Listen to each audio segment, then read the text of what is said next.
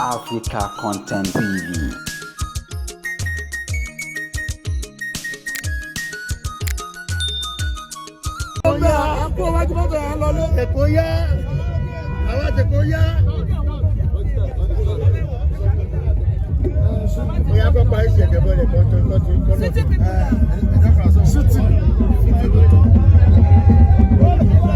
City people, let me embrace my father. Oh yeah.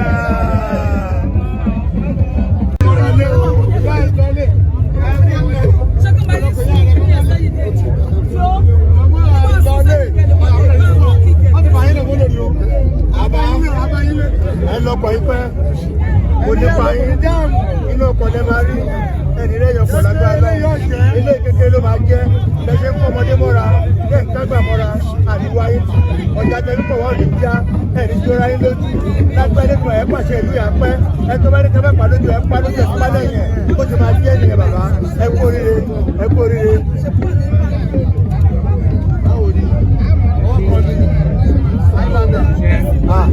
ọkọ̀ lélẹ́yìn o. Èkó yá.